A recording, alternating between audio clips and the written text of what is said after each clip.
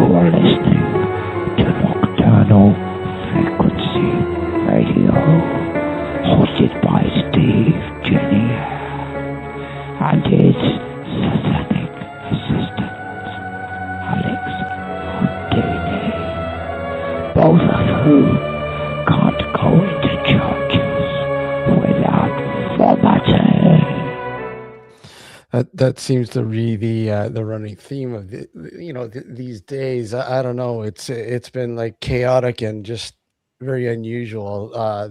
These times that we call, I guess, reality, if you will. Welcome to Nocturnal Frequency Radio, and we are very pleased to have our good friend Richard Stanley back to the show. Welcome back, Richard. Absolute pleasure being here. So it's 3 a.m. where I am, midnight of the soul here in the zone in the forests of the Pyrenees. So seems like an excellent time for a chat.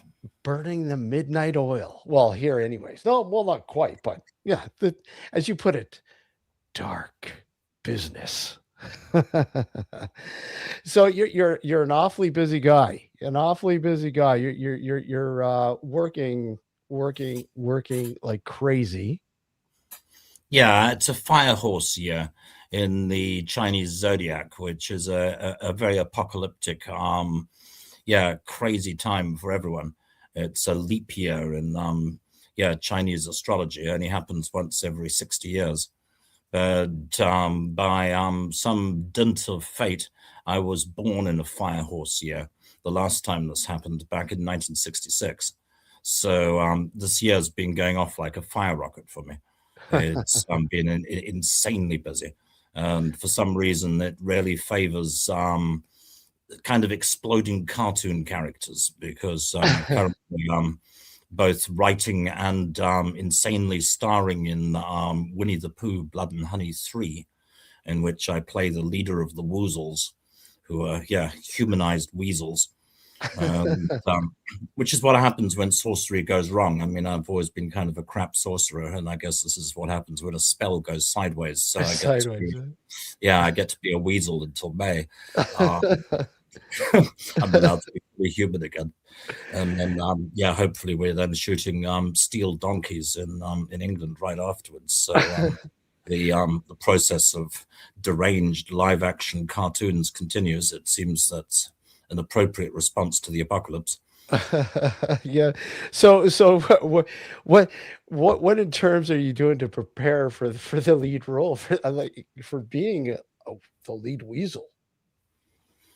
I think it's been coming a long time, but I'm going to have to totally change up my look. You're the last folk are going to see me with the full McCready beard. Oh wow! It's the end of winter, so I'm going to go over into full Balthazar mode. I get to play Balthazar von Woozle, who is also the proud proprietor and ringmaster of Woozle's Toon Carnival, which is a traveling sideshow that has been enslaving public domain IP and beloved childhood characters and making them perform in order to sell merch.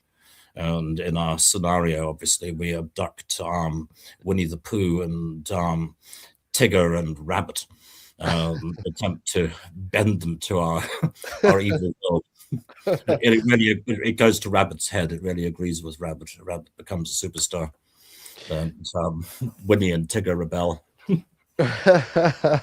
So, and of course, being principal writer, are you like pretty much given the reign to say, look, I want to make this sort of a Richard Stanley sort of directed sort of script, or is the director saying, no?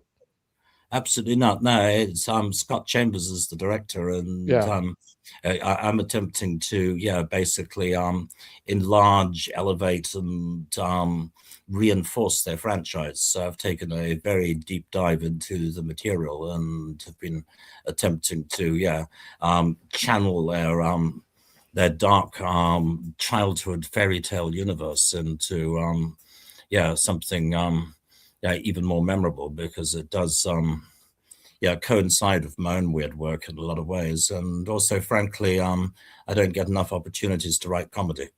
It's something that I wish I could do more often. And you're absolutely comfortable with it. Yeah, enjoying the process, but I recognize it's happening because of the general apocalyptic instability that our paradigm seems to be going through. It's a Yeah. I mean, being turned into a weasel is just sort of a bizarre side effect of it all. Yeah, yeah, it's just insane how things are turning out that way. And you did mention, I did, and I wanted to kind of touch base with before, actually, before we go on with that, like so when are we kind of, you were saying the process is moving along pretty quickly, and this probably will be out a lot quicker than or quicker than later, right? Yeah, I suspect this will be the finished product will be arriving in people's living rooms around about Christmas. I would imagine that would be Wow. that would make sense. Wow. So I mean, people have a lot to look forward to. If they've seen the first two, they're definitely probably going to want to see the third one, obviously. Yeah, and I think it also works as a standalone and as an entree into a new tranche of the mythology, because up until now, first of all, the woozles have never emerged in the first two movies. They're an element of the A.A. Milne book, something that Piglet was always frightened of. Mhm. But A.A. Milne never brings on the woozles, so it remains a question mark in the original Pooh book as to why Piglet is so frightened of the woozles. So we'll finally dot the I, explain why issue. And then the other big issue is that Rabbit has never been part of the cinematic universe before, and so it's an opportunity to introduce this character from the original Milne material. And both Winnie and Tigger have undergone a substantial redesign, and at the moment the effects work is looking extremely promising. We're still 1 month away from shooting, but they certainly have evolved a long way beyond the first time we saw them.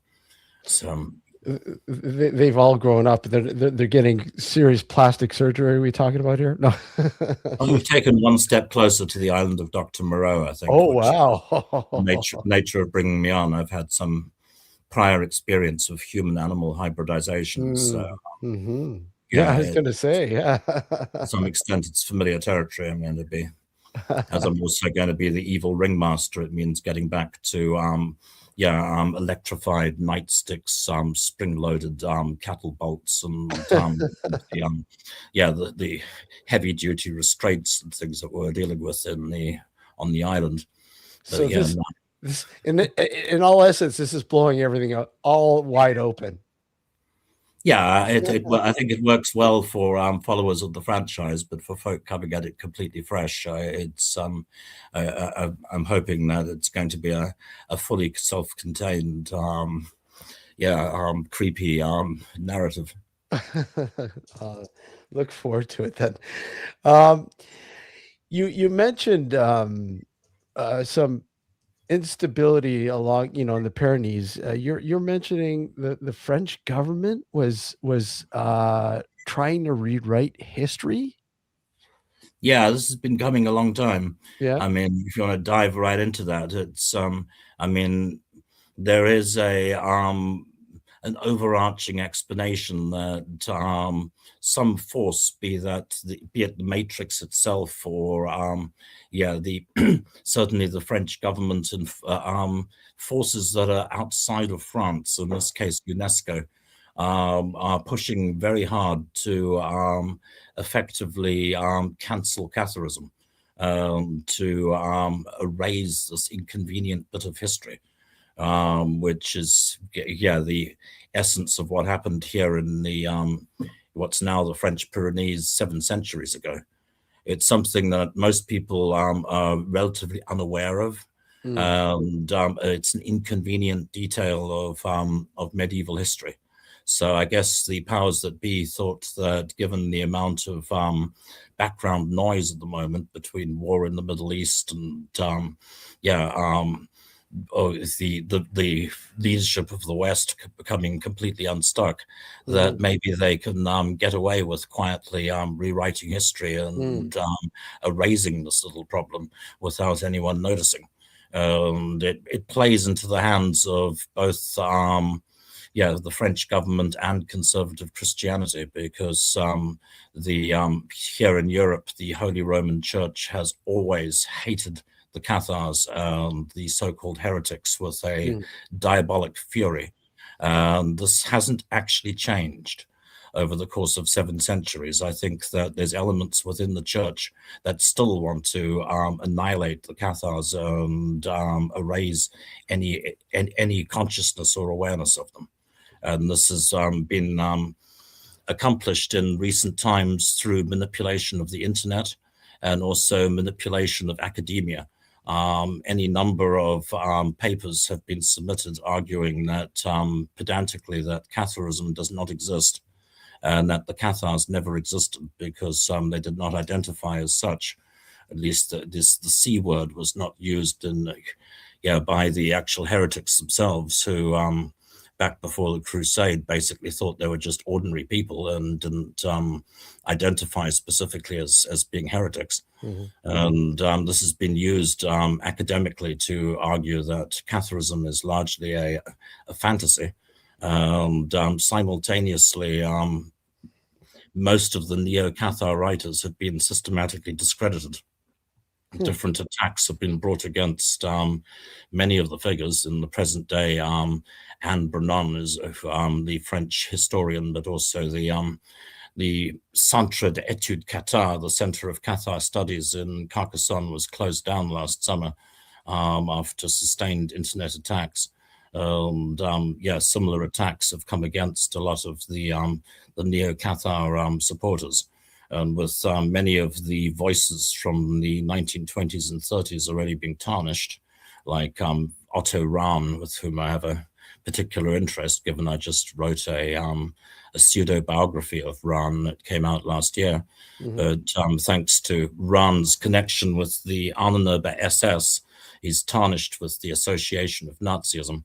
And most of the scholars from the 20s and 30s are either occultists, cranks, or folk who effectively collaborated with the Hitler regime, which means it's impossible to fall back on their material as proof that any of this happened. So, this has led to a situation which has effectively capsized reality, because UNESCO are now refusing to recognize any of the medieval remains here, notably the different so-called Cathar castles and the fortress of Montsegur in the Pyrenees, which is really the stronghold of Catharism, unless all reference to the C word and the siege of 1244, the fall of Montsegur, are deleted from the signage and deleted from the museums.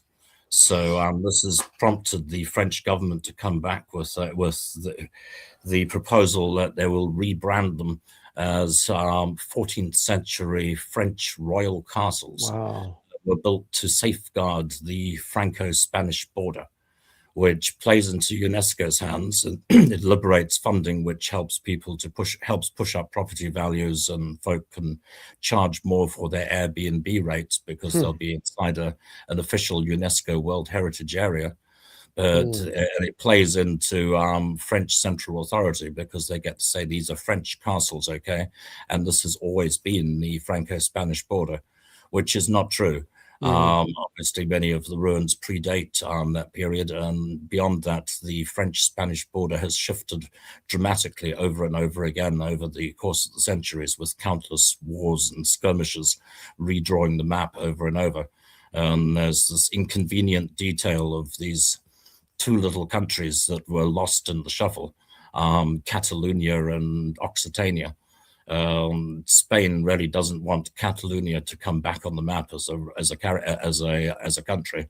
Is very determinedly opposed to the Catalan nationalists, and in the same way, France is heading off any problems with Occitan nationalists by making certain that everyone is completely on the same page about this being France.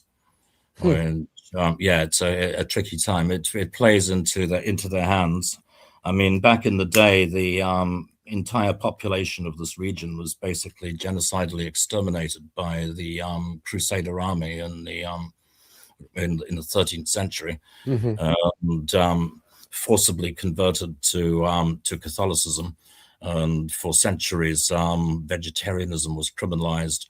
They made it illegal to fuck anyone unless they spoke French, and to effectively breed out the Occitan people, which is a genocidal policy, which is why I use the G word, even though it's terribly unpopular. And that's exactly the kind of thing that that they're trying to tamp down on. And yeah, and that led to the foundation of the Inquisition. The Inquisition was actually created here in my neck of the woods. And that was really in order to have a way of telling the difference between good Christians and heretics. So somebody just asked in chat, have you ever thought about putting this history and knowledge into a documentary? I think you've kind of touched base a little bit with some of your documentaries, right? Yeah, the Secret Glory approaches this. Yeah. The core narrative is very difficult to get at, because the base story, everything that's happening here, is because of what came down in the 12th and the 13th century. This is very tricky to visualize. I mean, obviously there are no survivors from that period, so there's no such thing as talking head first-hand interviews. And over the centuries, a lot of that period has been substantially erased. So you'd end up with a film which is showing you a bunch of ruined castles of a bunch of pseudo academics, archaeologists, and people talking, trying to find a way of making that material actually connect with people and making it vibrant and emotional is a big challenge. I would love to see somebody actually dramatize the story in a manner like, I think Ridley Scott would have done a great job with it. And I would have wished that Game of Thrones could have paved the way towards, more medieval or, fantastical drama of that level, because something like The Siege of Montsegur deserves to be a movie one day. Yeah, that would be really interesting. And you know, I think to truly sort of understand it too, I think you really need to see it for your eyes, see the area like the Pyrenees and all these places with your naked eye. See it while you still can. Yeah. Because there's been a significant move to prevent and limit access to these various sites, which is symptomatic to with what they've been doing all over the world. In that whenever a particularly powerful spot, be it whatever you may call it, a portal area or a place which is a high concentration of telluric or cosmotelluric energy, or simply extremely haunted and historically inconvenient, they tend to try and stop people from going there. I mean, trying to get into the center of the circle at Stonehenge, or get into Newgrange, or put yourself down on top of Silbury Hill, it's become difficult over the last many years. And in the same way, we've seen many fences go up here in the south in the last few years. The so-called Cave of Mary Magdalene opposite Rennes-le-Château was completely fenced off 2 years ago with CCTV cameras and government warnings. Similar fences have gone up around the initiatory caves in the Ariège. There's big plastic nets hung across the courtyard in Montsegur to prevent people from touching the walls or going onto the battlement. And that creeping control that's gradually stopping people from connecting directly with the place is something unfortunately ongoing. And a friend of ours, a musician, Michael Esposito, he was in the Pyrenees in October, I believe.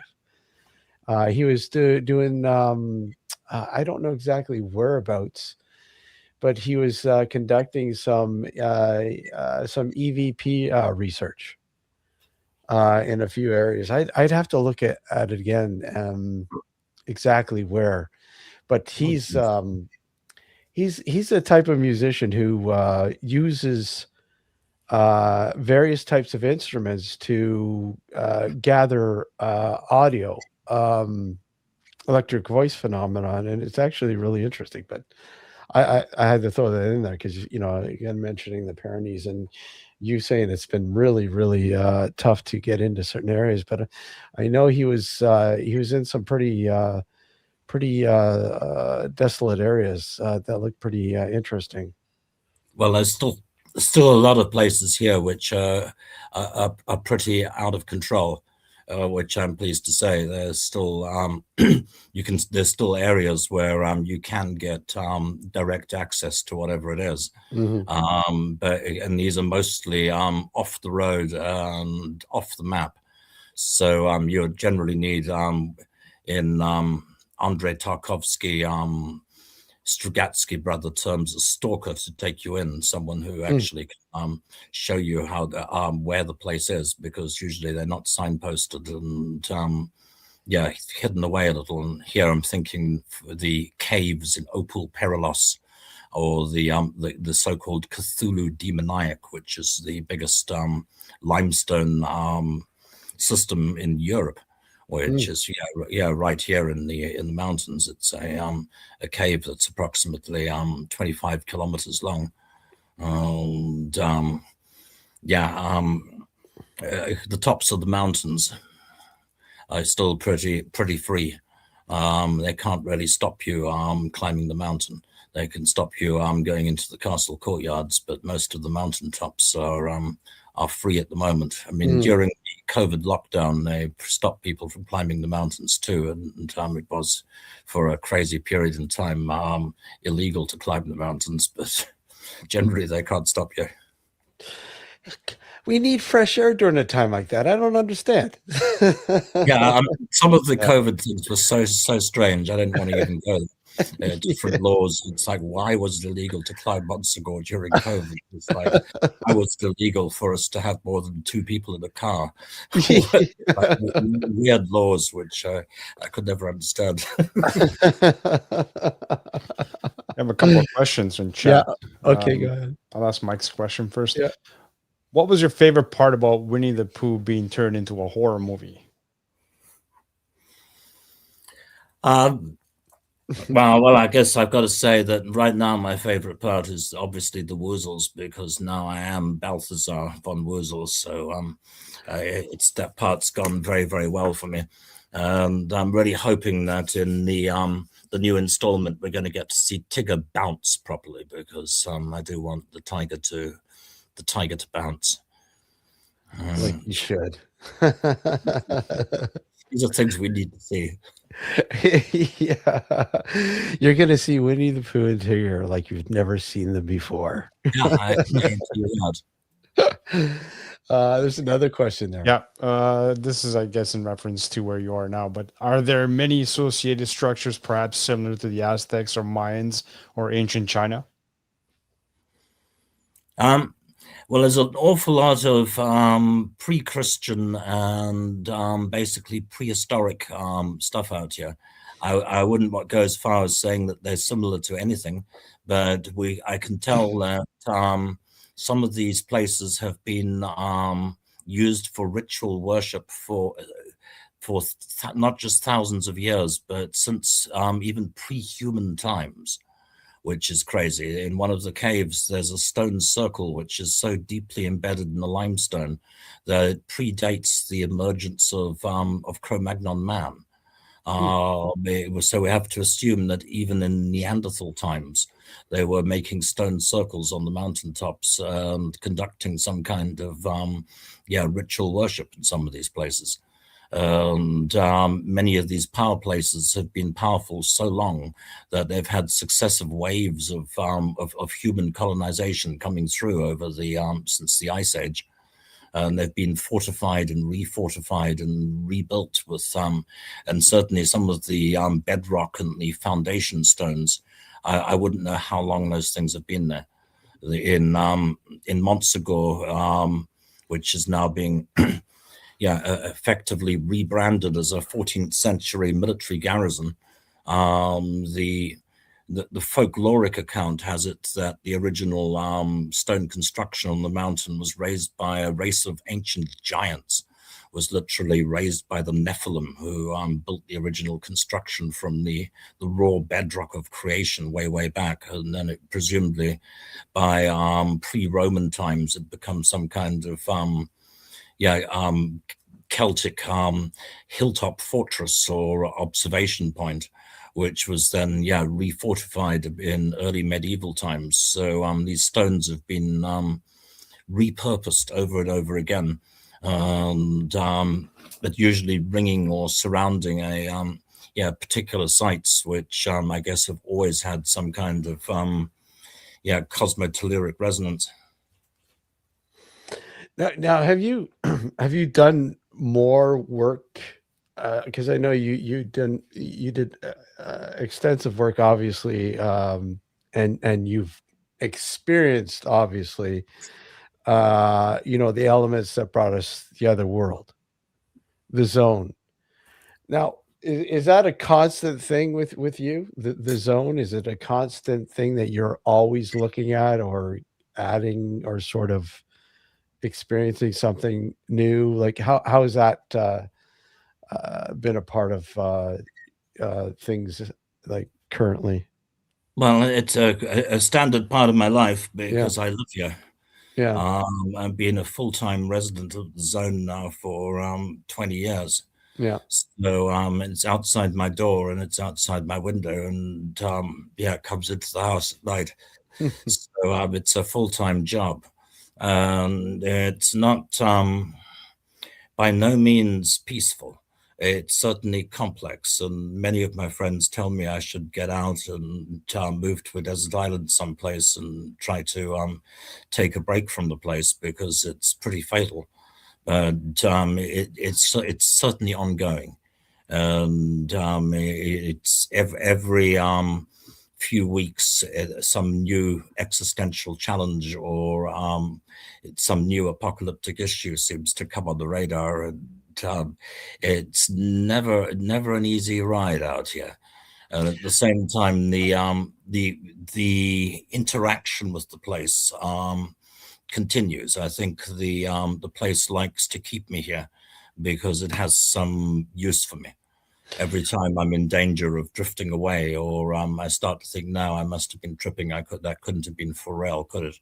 It comes back and reminds me, and shows me that I'm not hallucinating, and yes, these forces are perfectly real, and still active and inexplicable. For those who may not know what we're kind of referring to, they probably have not seen the other world, or have you maybe heard you talk about, just maybe give them a brief sort of synopsis, if you will, but what you mean about the other world, the zone.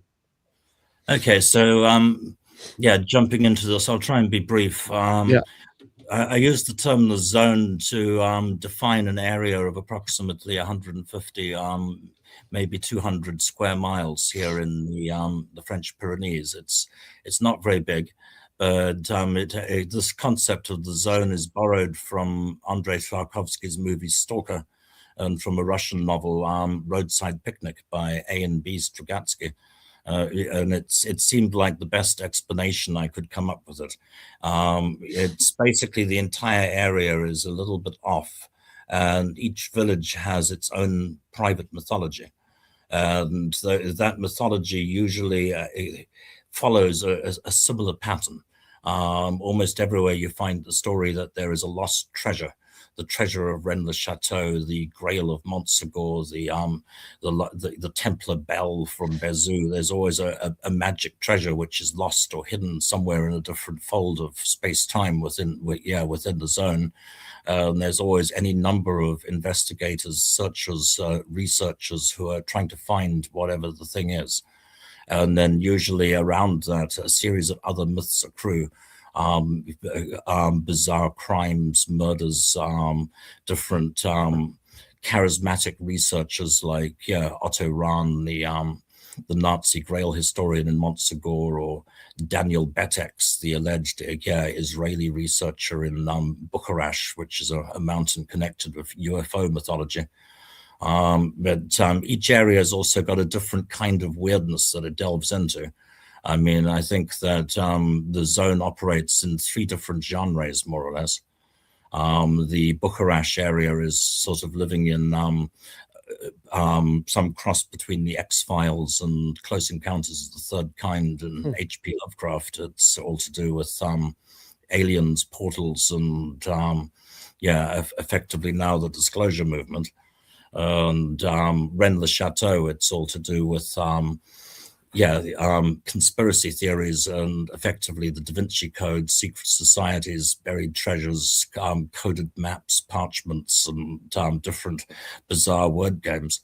Montsegor and the High Ariege behaves like high fantasy. And it's always trapped in sort of Lord of the Rings mode. It's a bit like Gondor or something. There's always a final confrontation between the forces of light and darkness going on. The castle is always somehow besieged by the forces of darkness. I don't know how it manages to keep that going from age to age, but it surely does. The entire area is a little funny. I first came here 30 years ago, working for Channel 4 television as a researcher. I was initially a skeptic.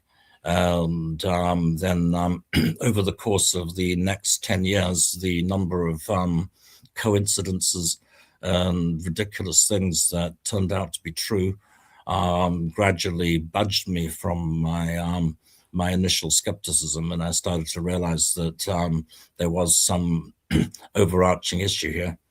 And then in 2007, I saw an apparition in the castle of Montsegor that really turned me around, because it was something I experienced in with my waking consciousness, with the benefit of drugs, alcohol, or any kind of spiritual preparation. It was a full-on 3-dimensional, apparently solid apparition of the castle's chatelaine, presumably the Cathar priestess Esclamande de Foix from the early 13th century.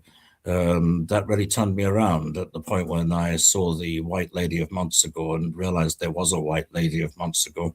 I then gave up my apartment in London and moved full-time to the zone, because I thought if here was a phenomena that was repeatable and observable, that through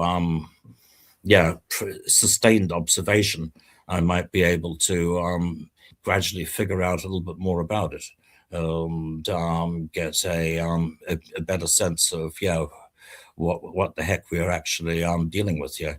And then since then, 20 years have elapsed since I made the decision to move here, and I've seen rather a lot. For a period of time, I was frightened to talk about it, because it was suggested to me that if I talked about the White Lady of Montsegor or what we had seen, that maybe I would never be allowed to see it again. But because that's consistent with a lot of fairy lore. You tell people that you've seen the cave, and you can never find your way back to the cave again. Or it's.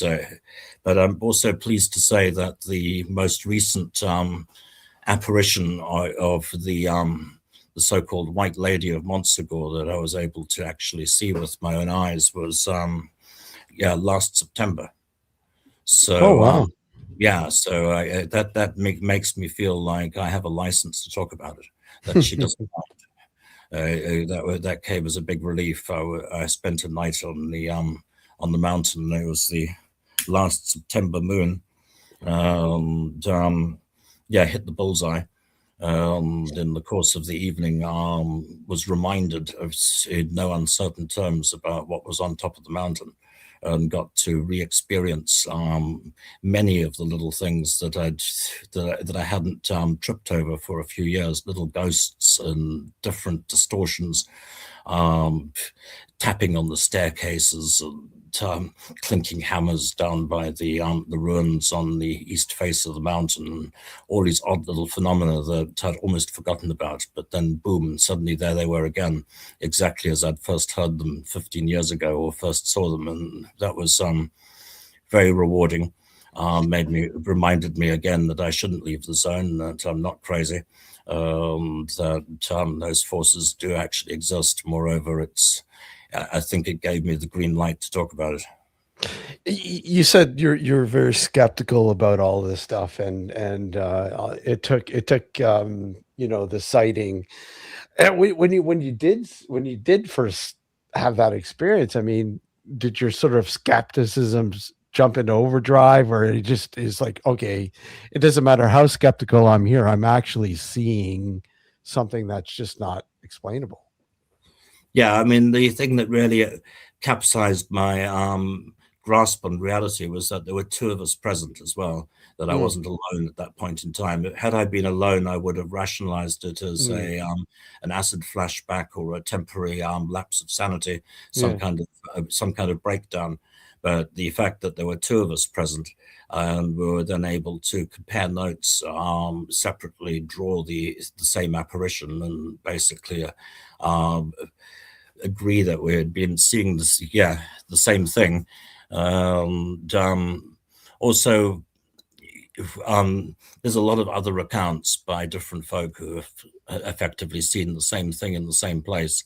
The story about the White Lady being in the north-facing tower of the castle is recorded in print as early as 1930. In Maurice Marg's book, Return of the Magi, aka the Unknown Master of the Albigensians. Marg is very specific about the fact that Esclamont de Foire is not dead, and that her presence can still be felt in the ruins of the castle and the tower that faces north. So it is. Marg's not making it up, but he was writing it in 1930. The Danish musician Lars Muhl writes about exactly the same apparition in his book, the O manuscript, where he describes her as the angel sometimes, doesn't use the same phrase, the White Lady, but it's the same apparition and it's the same place in the north-facing tower of the castle. So I think, all those things conspired to make it difficult for me to explain away, for me to say, okay, it's just myself, and say somehow but at the same time, what is reality? I mean, to what extent is any of this real? Are we living in a dream? Is space-time written in binary code? I mean, trying to define exactly what we saw in the castle was tricky. It took me 20 more years of scratching my head about it. Yeah, that's definitely something that we've been, kind of chatting about quite often lately is, what is real? I mean, what is reality, really? I mean, here we are, slaves to the physical world, if you will, indoctrinated, believing that the only reality is tangible, and the unseen world is not there, but realistically it's there. It's there. What it is, we're trying to figure that out. I mean, what do you think that unseen world is? It, different dimensions? Could it be an intelligent sort of existence of another race that maybe perhaps we're an assimilation or whatever? I mean, what are your thoughts about the fact that what we think is real may not be real at all? Yeah, this was very apparent to me each time that I saw the so-called White Lady in Montsegur. Mm-hmm. One of the most distressing parts about the whole phenomena for me was I've never been able to shake the sensation that she was more real than I am. That my reality seemed to be an illusion. and that for a moment that illusion seemed to break down, and I was able to glimpse what was really happening. And it felt like her world was real and mine was the illusion, which yeah, that was part of that, what I refer to as runs reality being capsized. My reality of being a filmmaker working in London and Los Angeles suddenly seemed utterly transient, shadowy, and just a vague, hysterical dream, and not relevant in the slightest. It shredded away as simply as a dream disappears when you wake up. It was very, my world was very insubstantial and still is. So, how to explain that, I wouldn't know what's true myself, but certainly there's an issue here in the mountains with Montsegura and the so-called Cathars. The vigor with which the powers that be, the Holy Roman Church Central Authority, has attempted to annihilate and erase all trace of this issue makes me think that it's got something. That there's a reason that they hate it so much. It's a little glitch in the matrix, a little problem.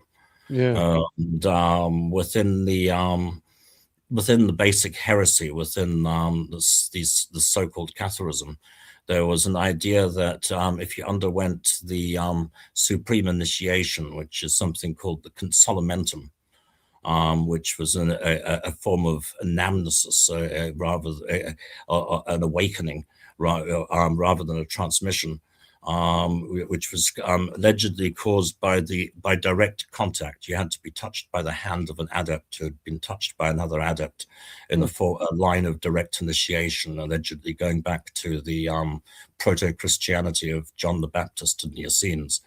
And this line of direct initiation was severed in the 13th century, when the Inquisition finally hunted down every single person who had received the consolamentum, and every single person who had been in contact with those people, and killed all of them and burned them, so that it couldn't happen again. But the issue with this consolamentum was it was meant to quote, liberate one from the cycles of time and from the material world, that one would realize that time and the material world was illusory. That a different reality exists beyond all this, and that our actual lives extend beyond our apparent births and deaths, and that our consciousness is effectively downloaded into this place. So, which is it's a thorny issue, and for some reason that was something that the church was absolutely fanatically opposed to. This direct access to whatever it is, to the truth, to God, or whatever it was that shortcut the entire process of religion, and it was something they had to stop.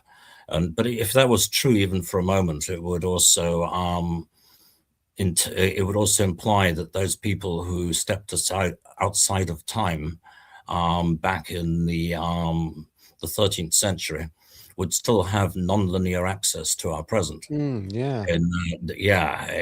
This issue of being outside of time raises questions about the apparitions, the so-called invisible brethren of the heights, the sensation of there being other people or multitudes of people around one when one's in the caves or the castles. There's a clear sensation of something being off about time.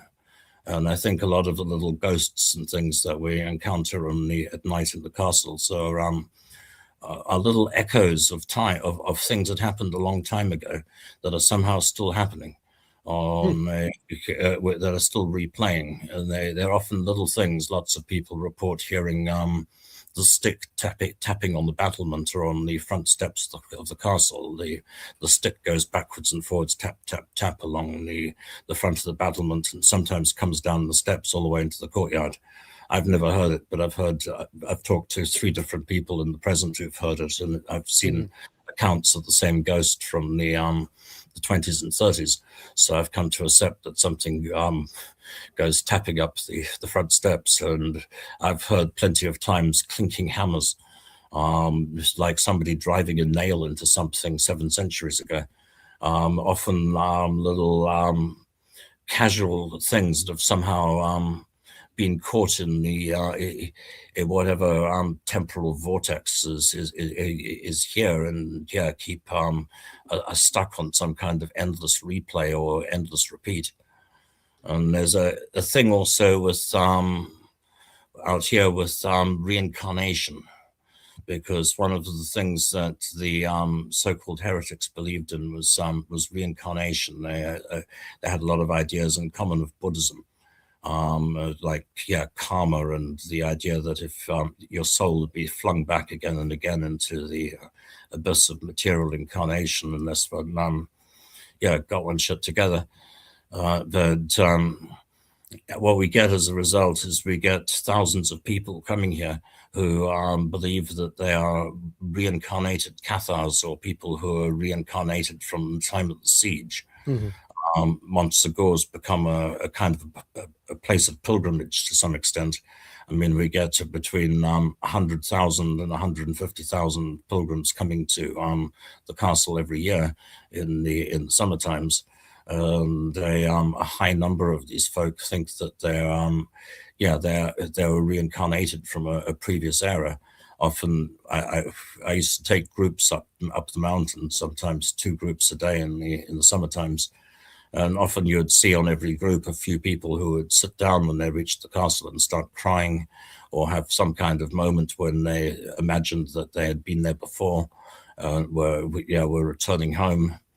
Yet at the end of the siege of Montsegur, when the Holy Roman Church actually took the castle, they gave them the option of either recanting and basically returning to the bosom of the Mother Church, or being killed. And famously, around 260 to 300 people chose not to recant, and instead were burned alive on March 16th, 1244. But in the present day, the number of folk who believe that they can remember a past life in which they were burned alive at Montsegur probably number in the thousands, if not the hundreds of thousands. So it's a funny thing. I mean, most of the major figures in the story, you meet multiple incarnations of them every year, multiple Esclamons, multiple Raymond de Pareys. Brother Matthias, one of the Cathar Perfecti, who was instrumental in smuggling the treasure out of the castle, is a very popular figure. And you get maybe 2 or 3 reincarnations of Brother Matthias turning up every year. I've had 2 at the same table, which is never a popular thing. It's like getting 2 Jesuses together, or 2 Mary Magdalenes together. It's always makes for an awkward evening. But so there's some kind of phenomena at work there, and it's not as simple as reincarnation. It's not that all of these people actually are those people from the past. Yet at the same time, there's something about that story which replays itself over and over again, and tends to use human consciousness as a kind of wetware to replay itself. And it's certainly a frequency that continues to broadcast and continues to draw people into the mystery, which is part of the everlasting puzzle. Yeah, I like that frequency, and yeah, it's very, very, it's an intriguing thing, frequency, and how it plays out, and how our brains react to it. But yeah, it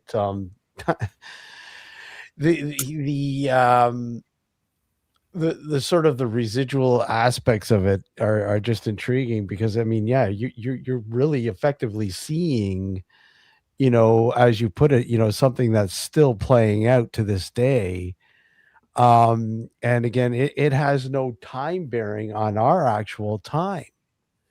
And it's not linear with our time frame. And it's just like the fact that maybe is there any essence of intelligence with this, or is it just is it just a residual sort of aspect? But you think there is intelligence behind this? Yeah. Yeah. That's the freaky thing about it. It's Yeah. human. It comes into the realm of magic because we're dealing with a natural phenomena that was somehow manipulated by human beings to become what it is. The castle was built by human hands. It's been acted on by human history, by the things that have happened here and on this land. And if those forces often seem to have distinct personality, and I consider myself lucky or insane enough to have been on personal terms with them. So I've certainly experimented with talking to the and trying to communicate with the supernatural forces at work on the mountains, and I've also had responses, which makes me think that they do have personality. I also think that sometimes maybe we are haunting them too. Yeah, which is very, very, very odd. I've seen some evidence to suggest that. I mean, good example being I was sitting up in the dark in the on the battlement one night, as is my habit.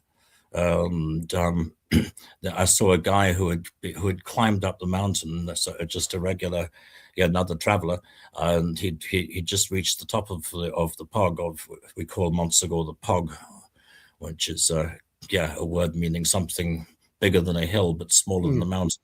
Yeah. When he got to the courtyard, he sat down exhausted and took off his backpack, and he had a frying pan on the back of the backpack.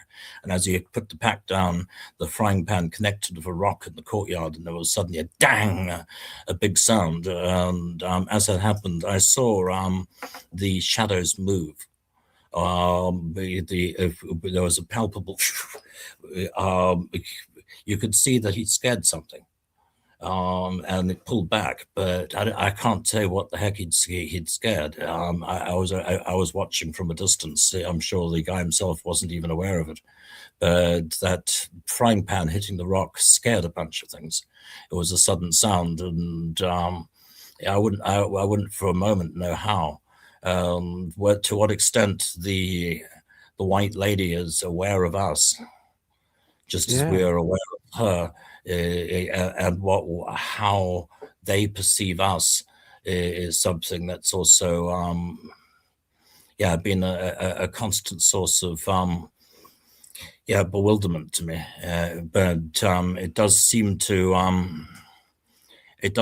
have a personality, which is why I'm not afraid of it anymore. When I was first getting an inkling that there was some kind of factor X at work and that there really was a supernatural force at work, I was initially terrified for quite a few years, because I had no idea what the heck that was. And just like when you're swimming in the ocean and something brushes your leg before you know what it is, it's very uncomfortable and disorientating. But then once I was able to put a face and to put names to the different, what you might call ghosts or apparitions, I started to realize that we were on the same side. And and above all else, that I loved them and loved the place. And I think that that realization, brought me round onto to a point where I stopped fearing them. You go.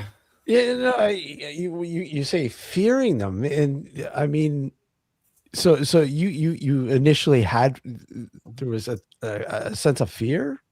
Yeah, I think my initial sensation was one of panic terror, which I write about in the Otto Rahn Grail Hunter, the book I had out last year. My initial brush with this came in the summer of 1990. When I first visited Montsegur, And I climbed up to the castle with my then girlfriend, and we were sitting on the battlements, and an electrical storm came very fast. This cloud closed around the top of the mountain, which moved so quickly it looked like something out of Close Encounters of the Third Kind happening in some kind of real-time animation. And we tried to flee and ended up getting as far as the courtyard and huddling in the arch of the gate. And as this pyrotechnical, I would say supernatural, because it was natural powers to the power of 10. There were like multiple bolts of lightning reaching down into the courtyard at once, like the fingers of a fiery hand. There was another person there, a very far out looking, what we at the time imagined was a hippie, long hair and beard, and sort of a jalaba, or a hooded cloak, who was standing in the middle of the courtyard, who didn't seem at all phased by what was going on. But I recall myself and my then girlfriend were pretty much wetting ourselves in panic and fear and disorientation, and we got down the mountain as soon as we possibly could. But yeah, 20 years later, as I've gotten used to electrical storms on the mountaintop and have rode out a bunch of them, I've had a habit of storm chasing. Now when there's a good storm happening, I kind of run towards the mountain. A couple of summers back, I recall myself and a friend, a Quebecois friend from Montreal, running up to the top of the mountain to catch the electrical storm, and finding this Irish couple cowering in shock, horror inside the courtyard. And we said, hey, and they thought we'd come to rescue them.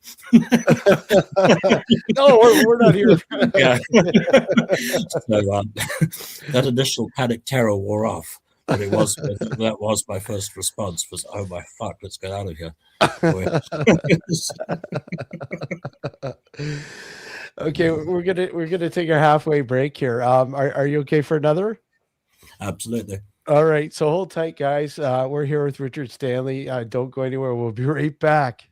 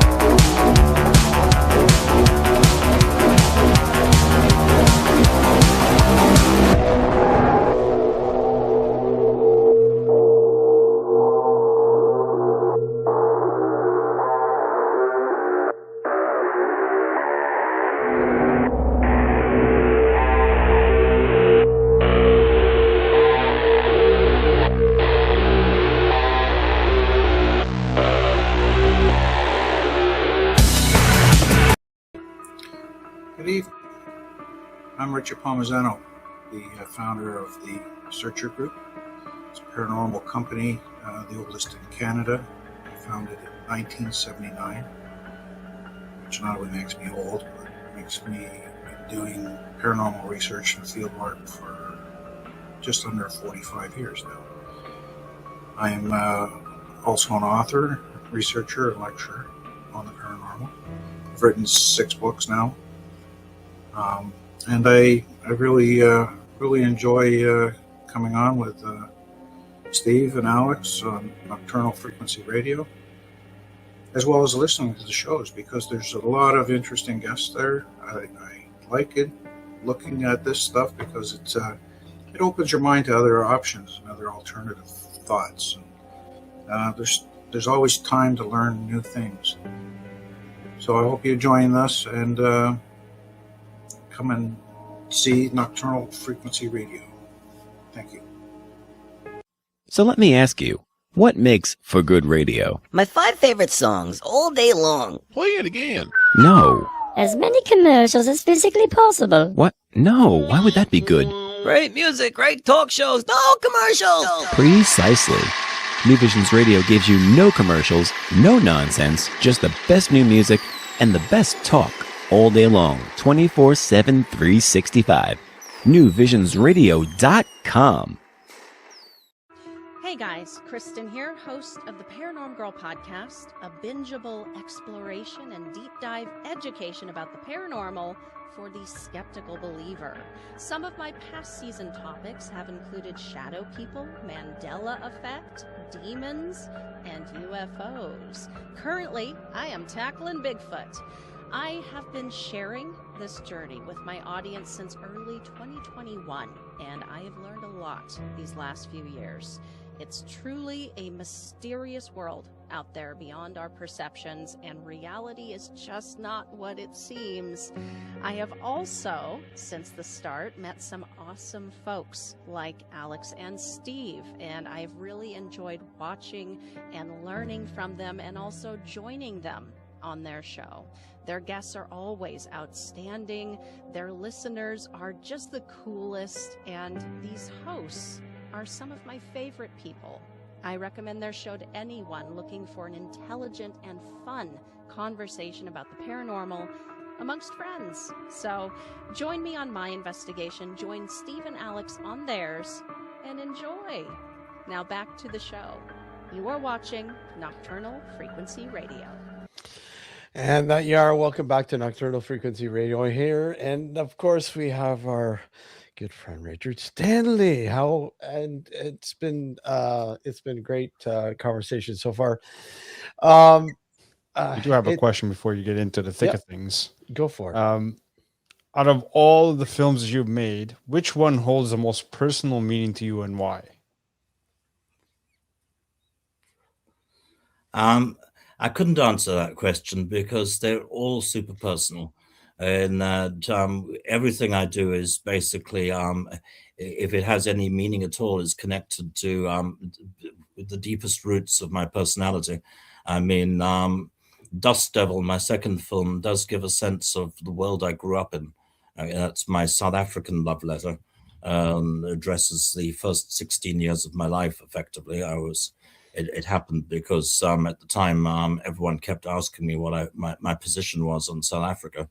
So eventually I made a movie to try to answer that question. And so that clearly that's a personal film. At the same time, Color Out of Space more recently does deal directly with my family memories. And I kind of, if there's a character in that film that I imprint onto, it's the somewhat damaged little boy who spends the whole movie making crayon drawings of monsters, which is very much my younger self, just as the movie draws on my parents and my the death of my mum from cancer, which is reflected in Color Out of Space with the fate of the Jolie Richardson character.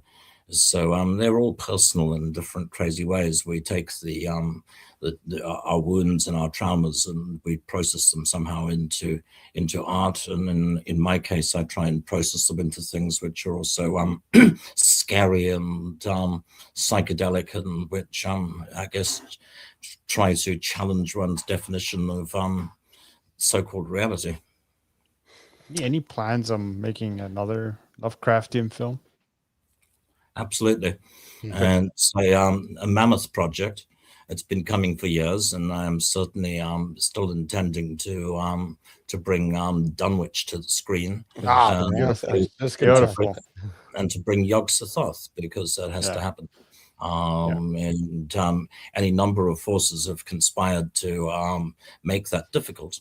That continues to be the way. But over the years, gradually I've been collecting all the little necessary pieces to try and make it possible. And to do that, one of the things that needs to happen is Lovecraft himself needs to be rehabilitated, because that's a long time coming. I want to see Lovecraft's bust go back on display in the Athenaeum Library in Providence, Rhode Island. And Dunwich I want to shoot in New England. That's the holy grail for me, the thing that needs to happen. The reasons for this being that Lovecraft's work is itself got such a strong sense of place. Trying to move Lovecraft out of New England seems like a mistake. Like in the original Color Out of Space story, Lovecraft easily spends 3 or 4 pages describing the trees, describing the place, and major dramatic events like the children of the family being killed, he dispenses with in maybe 1 sentence. So his emphasis is far more on the landscape than it is on the people, and it seems a bizarre injustice to me that no Lovecraft movies ever actually been shot in the locations that he had in mind. Every time we make a Lovecraft movie, it seems we end up making them in San Diego or Portugal or anywhere else but New England. So the desire to actually shoot on location in New England to capture Arkham, because Dunwich not only has the town of Dunwich, it's about Wilbur Whately. And Wilbur has to make his first ever trip into the outside world, into the city of Arkham, and go on campus at Miskatonic University and gain access to the restricted documents department in order to try and get his hairy hands on the Necronomicon. So this ticks a lot of boxes. You have to show Arkham, you have to show Miskatonic University, and you have to show the Necronomicon. That's right. And these are all very juicy things to get one's hands on. And my intention is to try and shoot Brown University for Miskatonic. In particular, I'm in love with the applied mathematics wing at Brown, which I think looks like Hogwarts and just fantastic. So there's many pieces of Arkham which are clearly still there in present day Rhode Island, which are undeniably the places that Lovecraft describes. You can sit on the same gravestone at the beginning of described at the beginning of The Unnamable, Butler Asylum in Providence, where both of Lovecraft's parents died, is clearly the template for Arkham Asylum, where in the present day DC universe the Joker is held. But these places actually exist, so and it's not too late to capture them.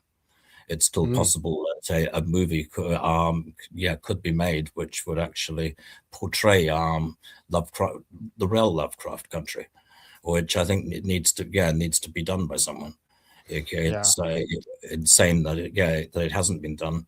The Dunwich I have in mind, which particularly leans on the relationship between Wilbur and poor Professor Armitage, the guardian of the library, is kind of a cross between. It comes across on paper like a cross between Good Will Hunting and The Omen.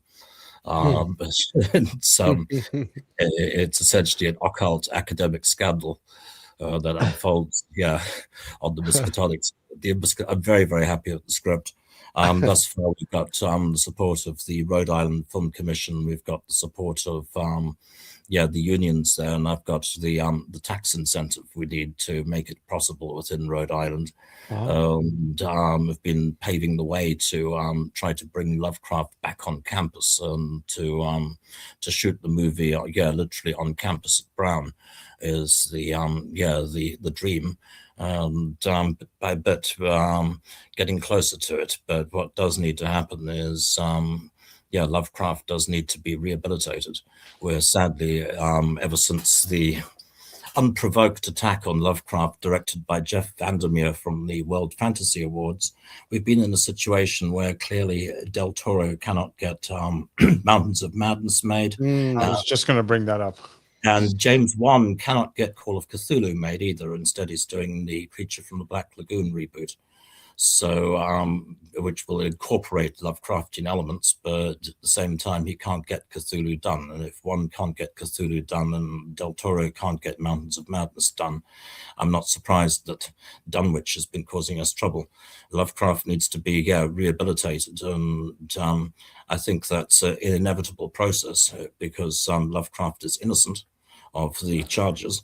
I mean, I would recommend anyone who's interested in the stuff to read Lovecraft, read his last stories, in particular, read his very last story, read Through the Gates of the Silver Key. Like Dunwich, I think you'll see that the man actually does have a conscience. He also has some socio-political awareness and has been mischaracterized.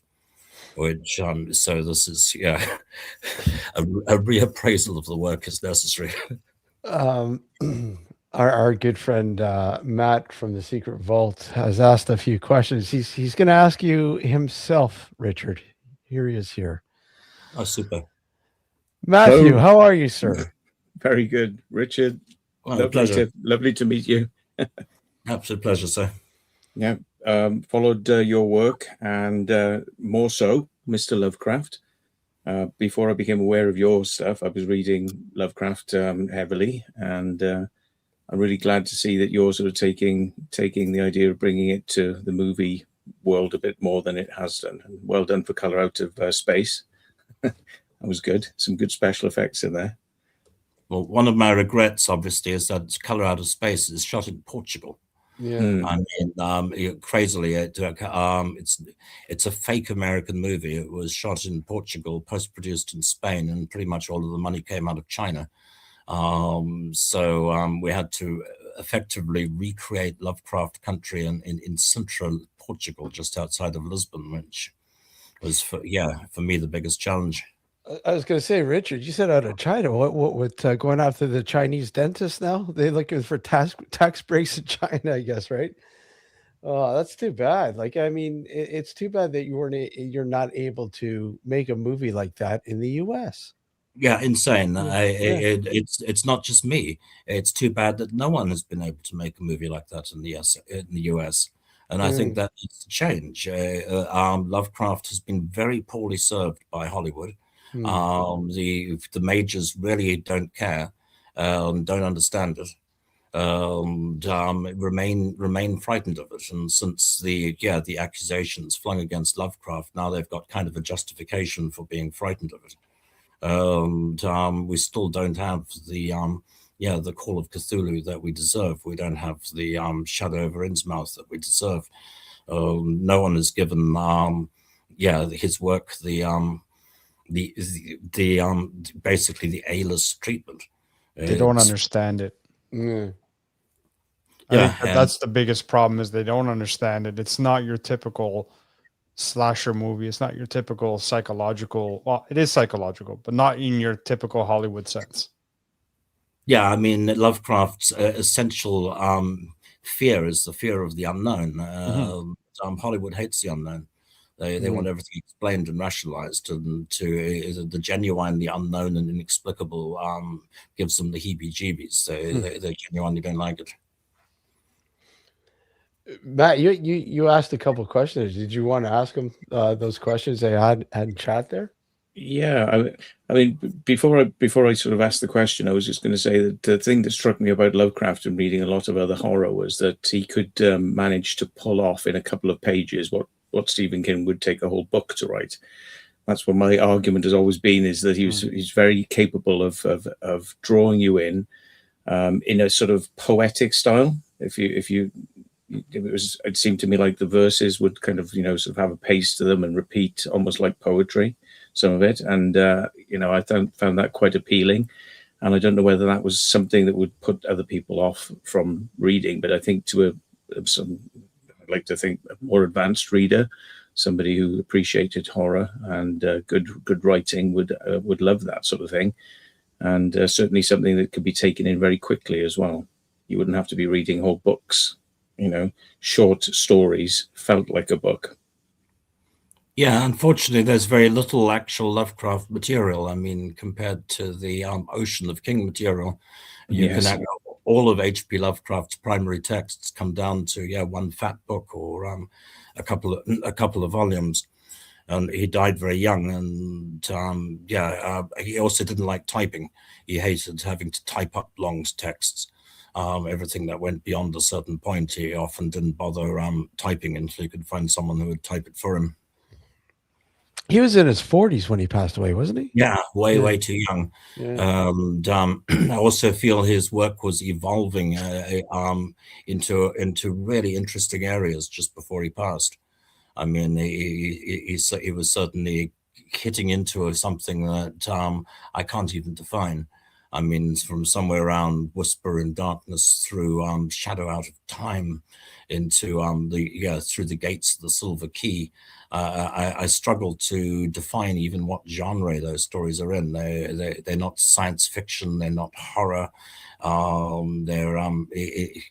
Nowadays people would think they were almost psychedelic literature. I mean, Through the Gates of the Silver Key compares to anything from Carlos Castaneda. In terms of it being dealing with completely alien concepts of time and space. You were like really fascinated, like you're saying, highlighting his last works. So it's almost impossible to ask you. Well, I shouldn't say it's impossible, but it's not even a point to ask you what is your favorite work from him. The body of work, really. Yeah. Depends on the mood, doesn't it? Like any kind of mood, depends what mood you're in. I mean, I've got a strong soft point for one of his earliest ones. I like Dream Quest for Unknown Kadath, because that was the first Lovecraft story I came across. My mum read it to me when I was a kid. Oh, wow. I closed the circle by reading it back to her when she was dying many years later. So I've got a strong connection with Kadath, and just hearing the words transports me. I wish my mom read me H.P. Lovecraft. Yeah, I know. I don't know if you do really mean that. I mean, I think it's significantly impacted on my life choices. I bet. Something like that when you're a kid. Like, come on. I should read that to my daughter. I'm surprised you already have it. Well, yeah. It's a good gateway drug, Kadath, that's for sure. Some of the early Dunsanian fantasies are a very good gateway drug for Lovecraft, and a way of bringing people into the mythos.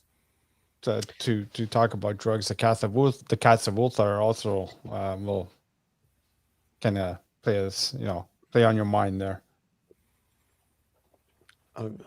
Just looking at that. I just wondered what you thought about some recent discoveries with Antarctic. There's supposed to be buildings they found there. They've taken the leaders, world leaders down there secretly. The Pope, I think it was Obama went down there, and a few other world leaders were supposed to have secretly convened down there to see something of great import. And I just think back to the Mountains of Madness with these hallways of geometric, crystalline structures and things like that. Do you think that there could be hidden stuff on the planet which does hark back to some of what Lovecraft wrote about? I would say definitely. I mean, I wouldn't know about those specific stories about the Pope visiting the Hollow Earth or the Mountains of Madness. But in terms of, are there things on this Earth, structures and signs of pre-human civilizations or non-human intelligence? I would say yes, or highly likely. There's definitely very strange aspects of our planet that even our physical worlds that we don't really know much about. Like one detail being apparently, according to geologists, there's more water inside the Earth than there is outside the Earth. I've heard that, yeah. Yeah, that we've got oceans bigger than the Atlantic inside the Earth. That these inner oceans are under such high pressure that we can't even explore them. That drones and things literally bounce off the water because it's so the pressure is so intense down there. But at the same time, they say that these inner oceans communicate with our outer oceans at what they call subduction zones, where usually where there's tectonic faulting. There's actually places where the inner ocean touches the outer ocean. This notion of there being oceans bigger than the Atlantic inside the Earth, and I have no idea what gravity is doing at the center of the Earth, in terms of the relative pressure zones in those vast bodies of unknown lightless oceans that are down there. But it'd be a great place to put Cthulhu. Or any of Lovecraft's elder deities. There's certainly places in our world that we have not been to where there's stuff going on that we don't know about, which is, opens up questions. Then beyond that, it's clear that there's also been areas of history that have been erased.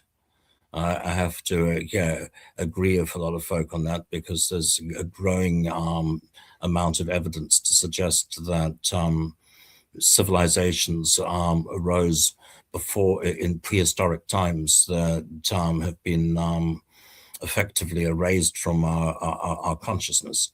I mean, there's stuff like famously the Antikythera device that became the basis of the last Indiana Jones movie, that isn't a time machine but is a part of a navigational computer from the time of the Minoan Empire, found on the bottom of the ocean.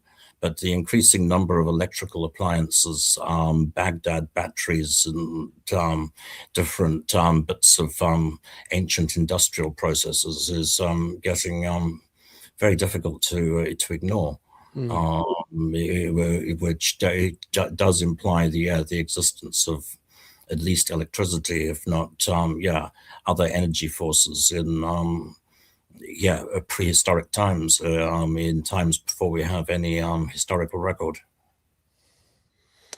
Yeah, it's fascinating. I mean, we really don't know.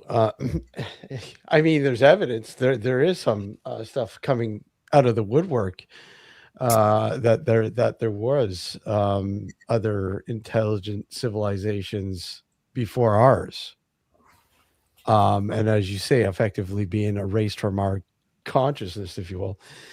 I mean, why do you think that these cycles are happening? And yet I shouldn't say why these cycles are happening. Do you think these cycles are somehow maybe playing into these experiences that people are having?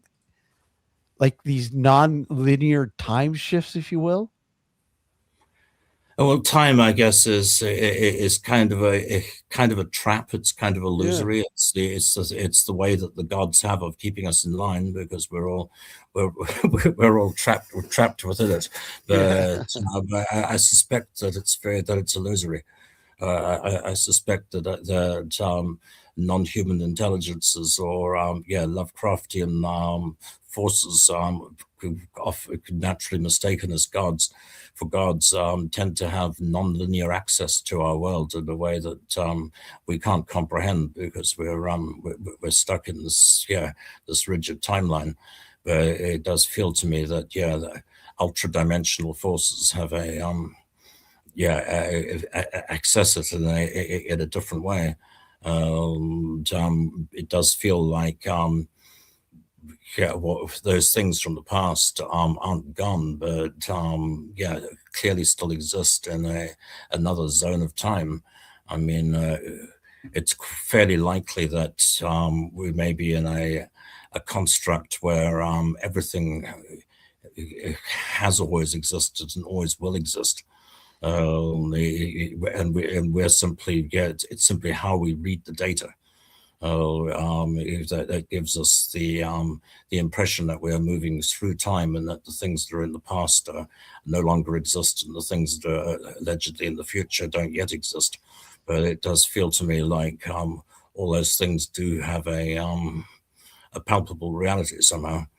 And do you think that perhaps if we're able to sort of, shake the foundation of time itself in terms of how we look at it? I mean, let's face it. I mean, time as we know it is sort of a man-made construct, right?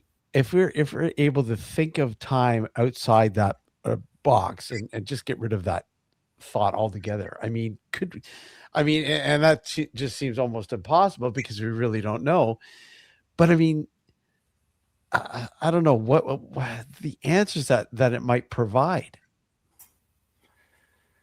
Yeah, maybe we'll get to find out. It's I mean, as far as I'm concerned, it's still an open question, and it goes all the way from whether we're being dreamed by some Lovecraftian pre-human race that colonized the earth long before Neanderthals evolved, or down to whether I'll get to see my mom and my first pet dog again, which I sincerely hope I will at some point. And there's also various historic figures like Lovecraft or Otto Rahn or H.G. Wells that I would dearly love to take tea with and would really love to meet in some other dimension of time. Matt, I'm looking at your first question there. Do you think Lovecraft was bashing his horror writing on any elements of the known worlds of magic and symbolism, the recent secret discoveries of under the ice buildings in the you already talked about that. Do you think he based any of his stuff on literal magic schools and symbolism? Because I mean, people have come on to kind of produce the Necronomicon. I've got a book version of it, but I mean, it was supposed to be fictional, but now it's gone on to be written about. But I mean, do you put any sort of pay in that? Well, it's a very, very complicated issue. I mean, regarding the various Necronomicons, it's fascinating to me that they've dreamed themselves into existence. The different aspects of the Lovecraft canon that might not have existed now do exist. It has a tendency to become real, just as there's this scary tendency that the closer you get to these concepts, you start to notice your actual reality starts to become unreal and a little bit like a fiction. So there's a kind of a slide area between fact and fiction with Lovecraft that can be quite disorientating.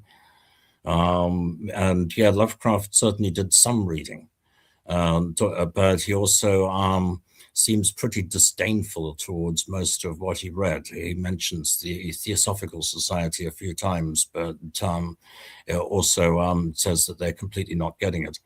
In the opening paragraphs of Call of Cthulhu, he says the Theosophists hint at ancient survivals in terms that would freeze the blood, if not masked by a bland optimism. Which, I guess the Theosophists and Blavatsky were sort of the New Ages of the day, and he clearly did some reading.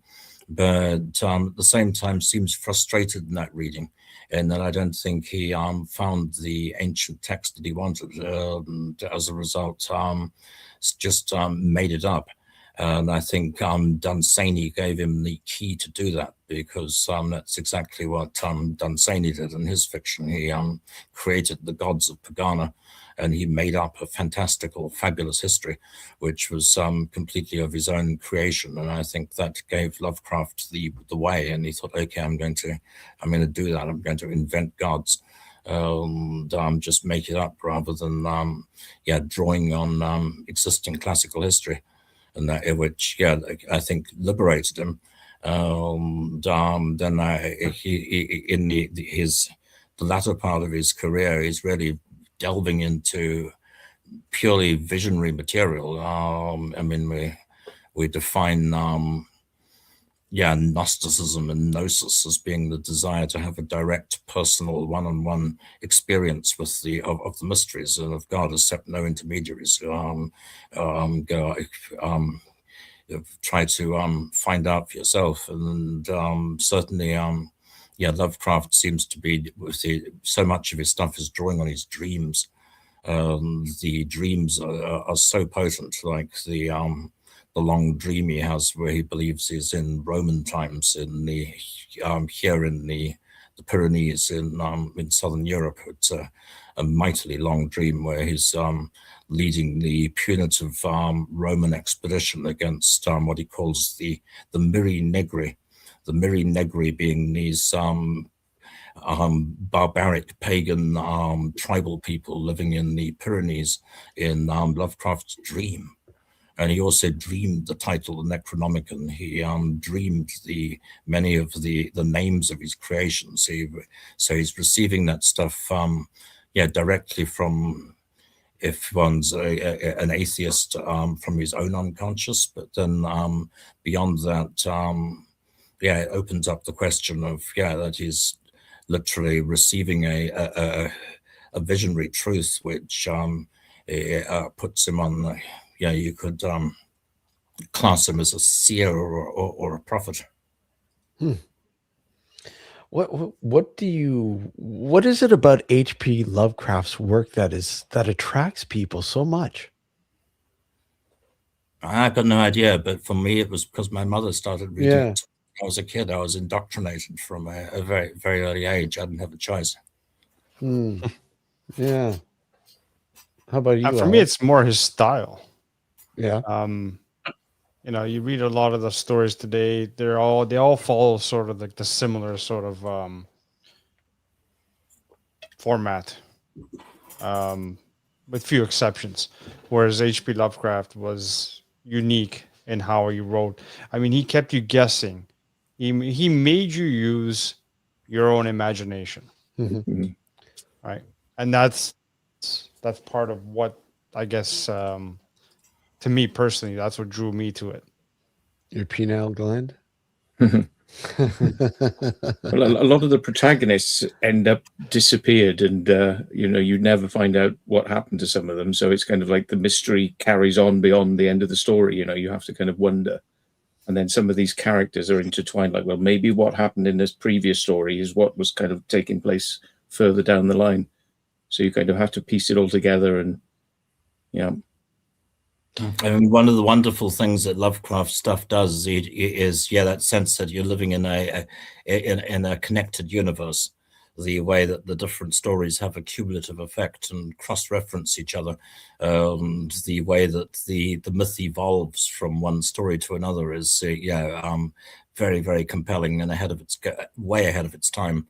And then given Lovecraft's encouragement that he gave to so many other writers to use those concepts to write further stories set in the Cthulhu mythos, the way that he encouraged Robert E. Howard, Clark Ashton Smith, Robert Bloch, and so many other folk to expand the mythos to the point where it's also all now in the present day in public domain. So anyone can write a Necronomicon, or anyone can make Call of Cthulhu or the Dunwich Horror. It's there for the taking. But he created not only a shared universe, but a a shared universe that exists completely outside of American copyright laws. So it can't actually be controlled by any corporate power in the same way that Disney can have Mickey Mouse. No one can actually have Cthulhu or the Necronomicon. It's a vast shared copyright-free extended universe, which I think is something so ahead of its game of its time. I mean, he created it in the 1920s and early 1930s that we're only now getting a sense of what he did. Yeah. Just out of chance, I didn't wear this by purpose, but I just happened to be wearing this today, and then remembered that this show was on. There's a Cthulhu-esque creature on the front of my T-shirt.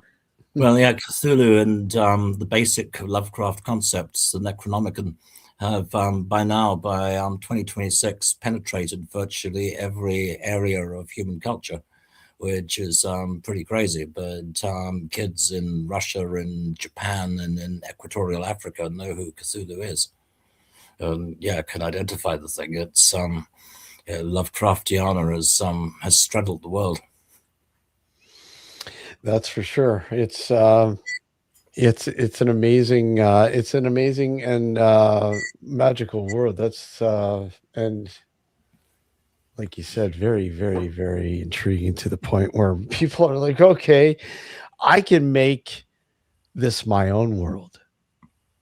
I mean, no one's been pushing this. It's not like it's been promoted by like the way that Disney promoted Mickey Mouse, or the way that George Lucas promotes Star Wars. Lovecraftiana has spread without just word of mouth. It spreads as jokes or urban myths, but it's certainly done extremely well. I mean, there was a situation of about 5 years ago now where Vladimir Putin went live on the internet to answer the 10 most popular questions from the Russian electorate. Somewhere around about question 8 was, had he heard of Cthulhu? What did he answer? He said he had, and that it was very dangerous, and he urged everyone to continue to abide by the Russian Orthodox Church. So he claimed he'd heard of Cthulhu, but he didn't seem to be aware that Cthulhu was the fictional creation of H.P. Lovecraft, the American horror writer. Wow. That's the case all over. There's kids who, in, like I say, in Africa or in Japan or here in the Pyrenees, who can instantly identify the Cthulhu patch on my jacket and go Cthulhu, know the name, but most will probably not know that it's the creation of Lovecraft. Cthulhu is and the Necronomicon. What most people believe the Necronomicon is a real book, and it's had its own career in the Evil Dead franchise and it's turned up all over the place. Will recognize these names, but not necessarily know that it's the creation of the 20th century New England horror writer. Have you watched In the Mouth of Madness? I have. Yeah, brilliant. That's a Lovecraft themed sort of movie there, and I love Sam Neill as an actor. I think he's a great actor. Just the kind of presence he has. But that was also filmed up here in Canada.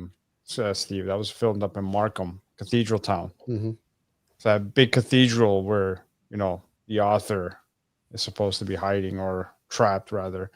I've driven by that place many times. It's freaking awesome. Yeah, there's some truth in that crazy movie.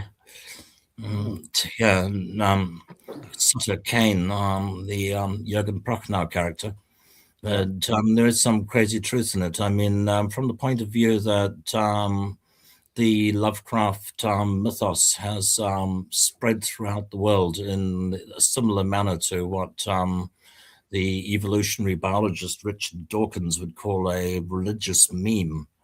It's an idea that's been reproducing itself, that's reached something close to saturation level.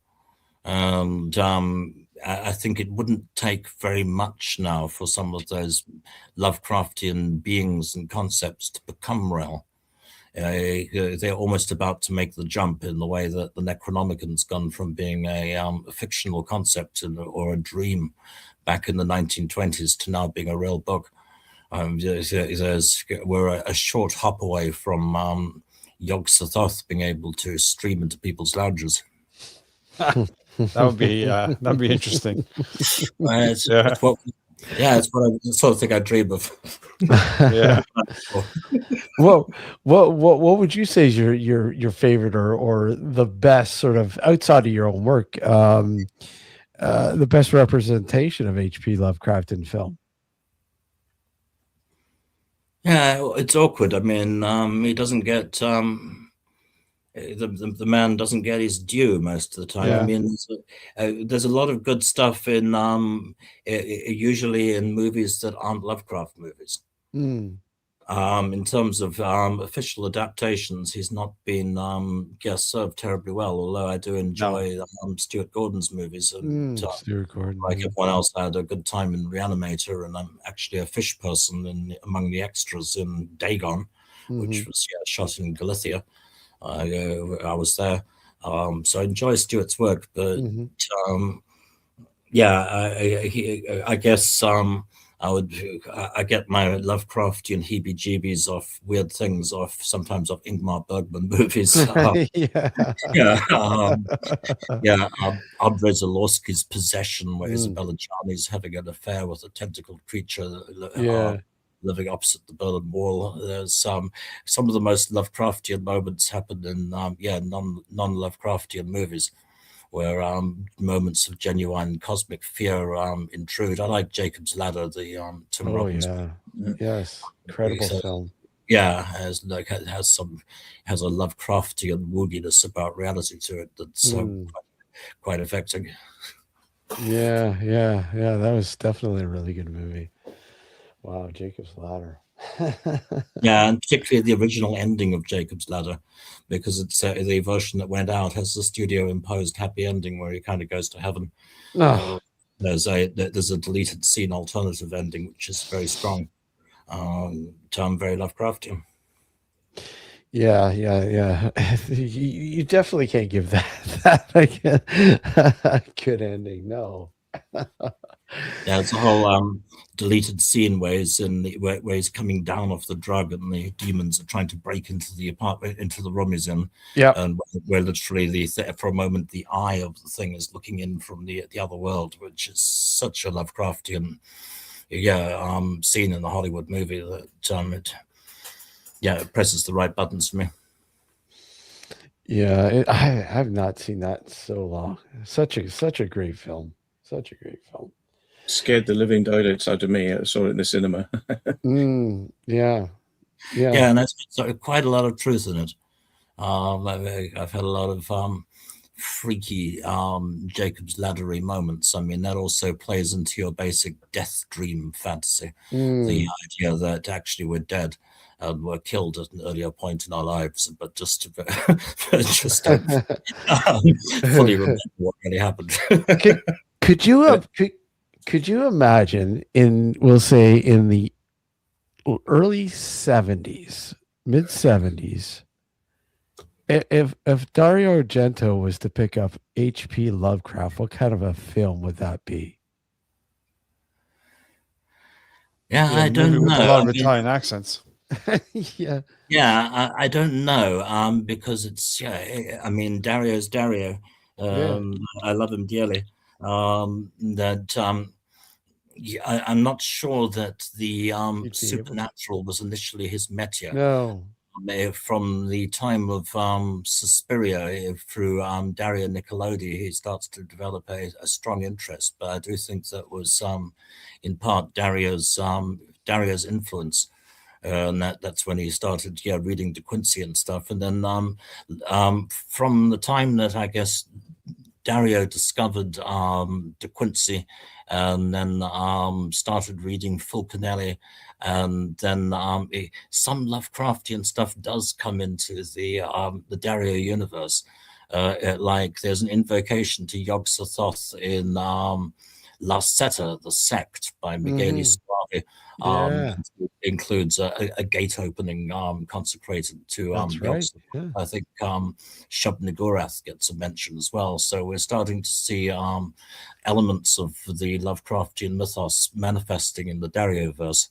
And I don't know how far that would have gone, but unfortunately, the Italian genre world kind of collapsed at the point when it was getting interesting, and like a lot of other folk would, love.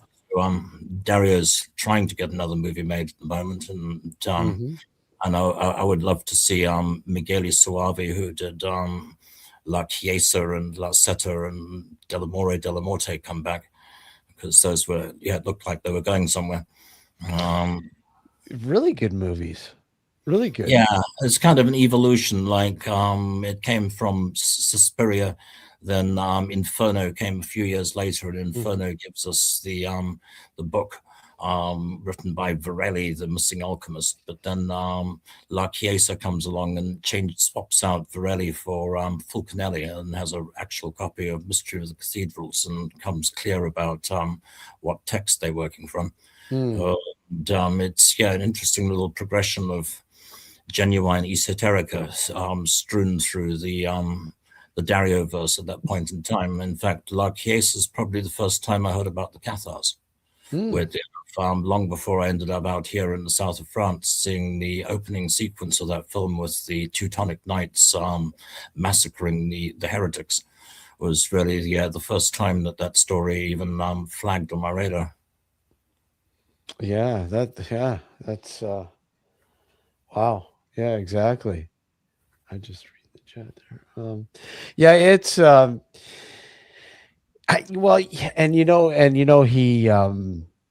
he really drew upon a lot from his own personal nightmares as well, Dario. Yeah, I mean, Dario is absolutely love and adore the man. Like myself and a lot of other folk, he works from his own pain and from his own personal trauma. And as a result, the Dario movies tend to wear their dirty laundry on the outside. I mean, it's amazing how explicit he is about the things that hurt him. I mean, you've got he lost a daughter in a moped accident, and he recreates the moped ride with Asia in Stendhal syndrome. That's right. Yes. Yeah, and Asia herself has no qualms about casting Daria Nicolodi as her alcoholic, abusive mother in Scarlet Diva, and Daria has no qualms about coming back and playing her alcoholic, abusive mother. Right from the opening segment of Bird of the Crystal Plumage, Dario's first movie, where the confused artist rock and roller is wandering home and looks in the window of the art gallery and sees a struggling couple in the window. Can't figure out whether they're an art installation or whether he's attacking her or she's attacking him or what.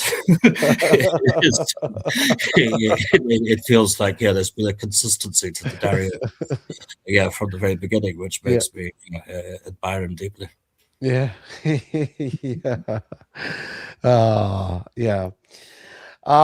Okay, so we can look forward to Winnie the Pooh, Blood and Honey, number 3. Is that the official? Is there official title? Winnie the Pooh 3? Is there?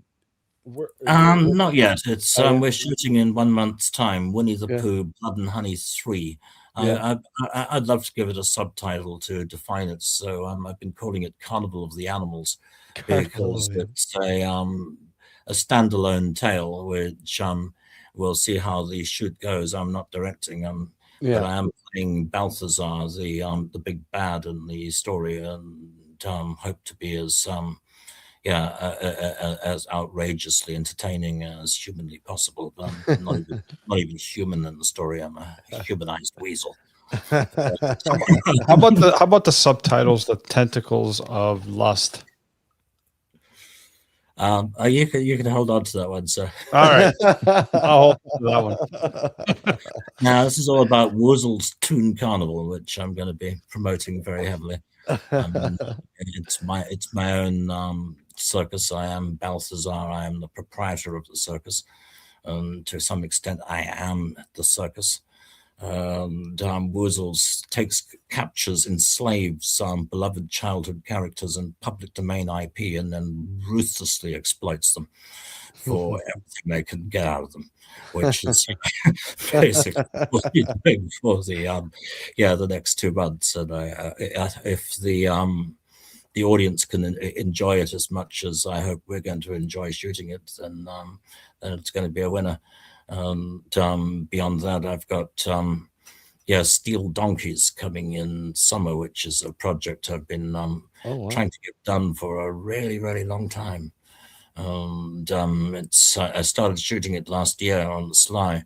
The material's good enough that I think now we've got enough in the war chest to complete on Steel Donkeys. Wow. Yeah, which is something I've been wanting to do for ages, which is basically 3 young teenagers on psychedelics on a worst case scenario Saturday night out, which goes into full Lovecraftian territory. Now we're talking. So it's something I wanted to do for ages, because as with Jacob's Ladder, which has a very fine party sequence, the notion of being at a rock concert or a party and starting to realize that actually something else is going on, and that some kind of ultra-dimensional force has tried to break into our world, or change our reality into something else. And then grappling that down to that sensation the next day of like, what actually happened last night? Wasn't there a moment where they killed that other person? They weren't dead after all, and then that happened. So I've been wanting to make a movie for a long time. Steel Donkeys. Steel Donkeys. It's and but without going into too much detail, Steel Donkeys are a thing. They're an element of Bajan mythology. That's Barbadoan mythology. They come out of Obeah rather than voodoo. Steel Donkeys are a thing. And I first heard about them way back in the 80s from a Jamaican yardie who was talking to me during a dope deal gone wrong a long, long time ago. I saw that this big, tough guy was genuinely afraid of them, of Steel Donkeys, and that put the hook in me, and I wanted to know what the hell Steel Donkeys were, and why he was afraid of them. And that's led to this this crazy little movie, which I've been able to cast kids, but I'm also very pleased to have Cynthia Rothrock aboard. Oh, wow. Nice. I'm playing a very uncharacteristic part. Cynthia's playing the mum of one of the kids. The American kid involved. So she's playing in a kind of a real world context. And a character based closely on herself. I wanted to keep it as close to reality as possible, so that it would so the otherworldly and Lovecraftian aspects land harder. So Steel Donkeys later this summer. Nice. Yeah, it's already got its IMDb page up too. Yeah. Oh, it would be. Yeah. Look forward to that, Richard. Yeah, and I keep it busy. It's the Fire Horse year. Like I said before, and the Fire Horse year is it can be a year of apocalyptic insanity and devastation for many. I mean, it's a leap year. It comes only once every 60 years. Yeah. Normally they kill kids who are born in that year. The good thing about being a fire horse, because I was born 60 years ago in 1966, is that while it's a year of apocalyptic insanity for everyone else, for natural born fire horses, it's a time of God-given opportunity. So I'm going to be Balthazar, and I'm going to go to Wolverhampton to the steel mill in Wolverhampton, which is the location where Cynthia Rothrock is destined to confront the steel donkey. Contributing to our demon effects, we have on board Sergio Stivoletti, the original. No way! Yeah, demons. Nice. Demons. Yeah. Nice. So how's he doing? Doing the donkey. Stivoletti's doing great. The wonderful thing is he's got a great son. Yeah, son's now. Stivoletti is a chip off the old block. Is doing good stuff. So I'm very glad to have the Stivolettis on board. That is cool. Because we've got the venue, which is the steel mill in Wolverhampton for the ending, and I've got Cynthia, and now we need the demon that I'm going to be is going to have to be physically real enough for long enough for Cynthia to be able to fight it. Wow, that sounds awesome. I definitely look forward to it, Stanley. Definitely look forward to it. You know what? On that note, I want to thank you very much, Richard, for coming on the show. Always great conversation. And definitely look forward to Winnie the Pooh 3, and of course, Steel Donkeys and more. Yeah, both with luck may land around the end of the year if we're light on our feet and fight hard in summer. So wish us luck, and fight for the Cathars. Don't let them erase that bit of history, because we're losing the battle out here. They're going to be gone from the signage pretty shortly. Yeah, I do look into that exactly. When you mentioned that really struck me. I'm like, wow, that's just incredible. All that history, and I hate hearing stuff like that. You really do. Yeah, it's unfortunate. The Holy Roman Church has never apologized for the Albigensian Crusade, and the Dominican Order has never acknowledged the crimes of the Inquisition. This went on for about 7 centuries.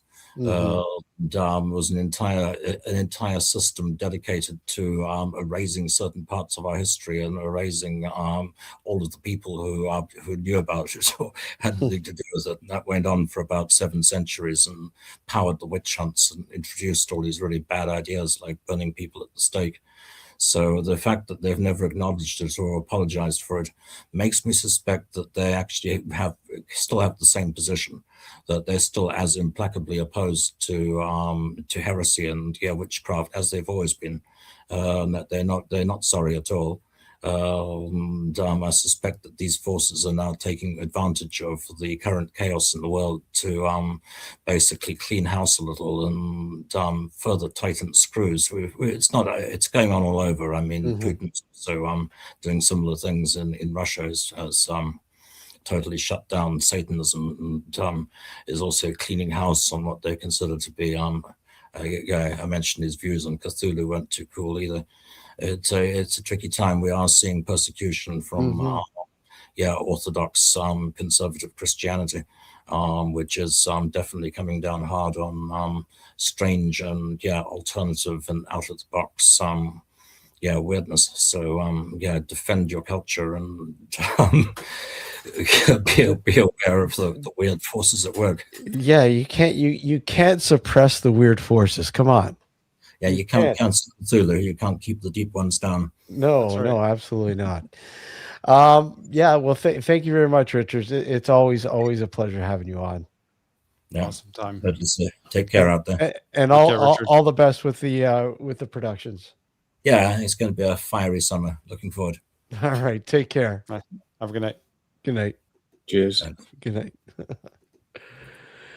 Oh. All right, Sir Alex. Always a pleasure having Richard on. It is. And thanks for Matt for popping in and adding some more HP Lovecraft 2 things. Thank you guys for popping into the chat, watching, and thank you for the questions. We'll see you next Sunday night. Take care, everyone. Have a good one. Have a good night. Good night.